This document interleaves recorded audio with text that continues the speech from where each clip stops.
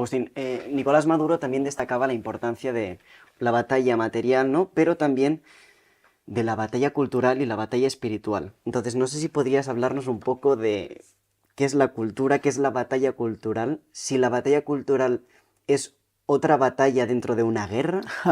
Muy buena pregunta. Mira, vamos a ver.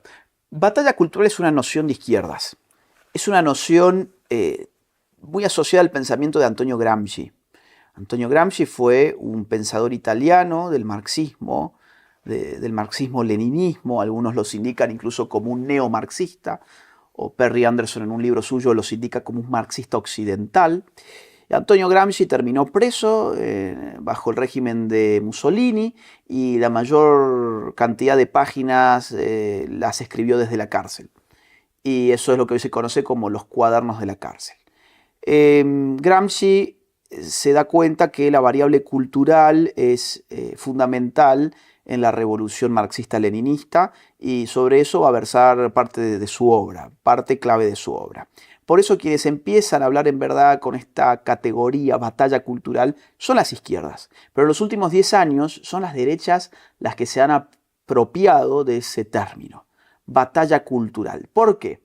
Yo creo que porque la idea de batalla cultural surge en aquellos que están perdiendo.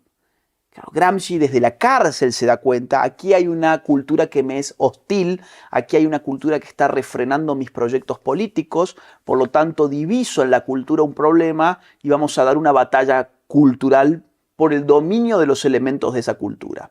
Yo creo que con la derecha pasa lo mismo. Cuando la derecha se ve culturalmente derrotada, ahí se da cuenta recién, muy tarde lamentablemente, de que hay un problema cultural y que no todo era lo económico.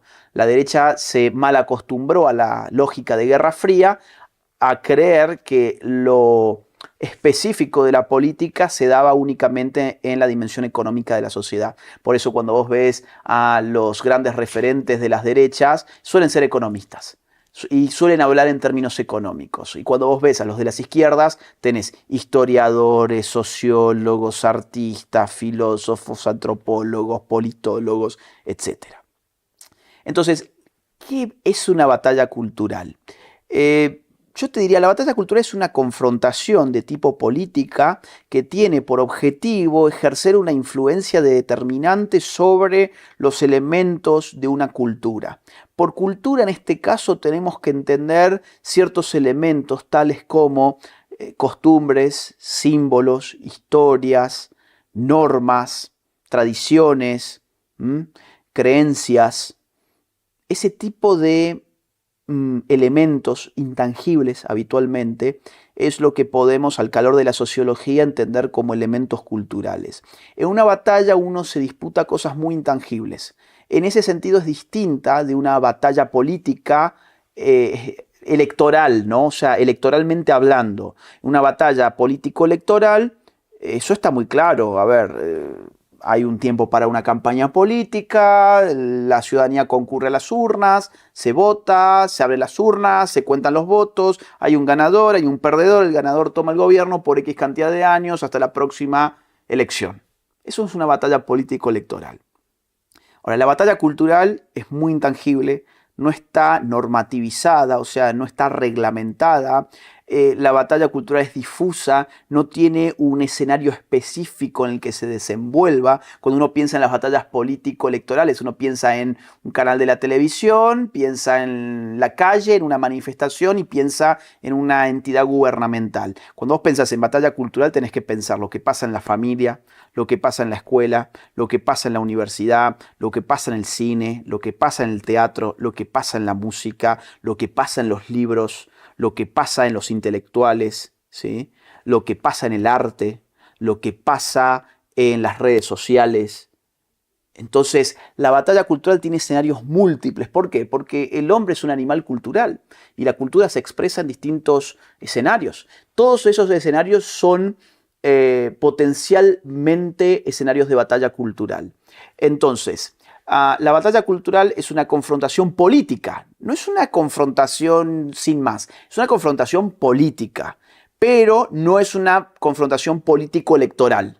La batalla cultural es una confrontación política en la medida en que lo que está en juego allí es la configuración de lo que llamamos habitualmente opinión pública. Y esto es muy importante porque entender esto es entender el puente entre batalla electoral y batalla cultural. La batalla electoral, el político tiene que conseguir muchos votos. Esa es la lógica. Cuanto más votos consigue el político, mejor se posiciona políticamente. Ahora, para conseguir muchos votos, el político tiene que leer la opinión pública. Aquel político que dice aquello que cree que la opinión pública va a rechazar es un muy mal político. El político tiene que atender a la opinión pública y tratar de hablar en su mismo idioma y tratar de canalizar sus demandas. Entonces, ¿cómo se forma esa opinión pública que va a leer el político en su campaña y probablemente también en su gobierno? Se forma en los escenarios de batalla cultural. Por lo tanto, la batalla cultural sí es una confrontación de tipo política, más aún podremos decir es metapolítica. Y las derechas han estado haciendo en los últimos años batalla cultural a conciencia y yo creo que ahora mismo están empezando a recoger algunos frutos. Y lo que me preguntaba sobre si es una batalla dentro de una guerra, yo creo que sí. Por eso mucha gente me dijo, pero ¿por qué no le pones la guerra cultural? Bueno, que sería darle una entidad suprema, absoluta. Yo creo que es una batalla más. Es muy importante, pero es una batalla más. A ver, yo a veces digo, es la madre de todas las batallas en este momento. Pero junto con la batalla cultural tenés batallas armadas. Por ejemplo, la de Rusia y Ucrania, digo, es la de este momento, pero puedes tener otras. Tenés las batallas políticas, que es la cual habíamos estado hablando. Tenés batallas económicas. Entonces, hay una serie de batallas que enmarcan una guerra. ¿Cuál es esa guerra? La guerra por el poder. Y comentabas, ¿no? ¿Quién crees que ahora mismo está ganando pues esta batalla cultural? Yo creo que se empieza a dar vuelta el escenario. La izquierda ha llevado muchos años de ventaja. Vuelvo a la analogía del fútbol. Esto es como si vos pensaras un partido de fútbol donde donde te das cuenta que estabas jugando el fútbol y ya vas perdiendo 7-0. Pero ¿en qué momento empezó? No, nosotros empezamos el juego y vos no estabas en la cancha. Lo siento mucho, ya te metimos 7 goles. Bueno, ahora entro al juego y empiezo a jugar. Y empiezo a meter un gol, y después le metí otro, y después metí otro gol más, y me empiezo a acercar. Yo creo que estamos en ese momento. O sea, al acercarse a la izquierda y superar a la izquierda, eso toma mucho tiempo porque ha sido mucho el tiempo en que ellos han jugado esa batalla solos, sin oposición. La oposición se ha plantado firme en los últimos años. ¿Cuántos? Capaz que 5 años, 4, 5 años.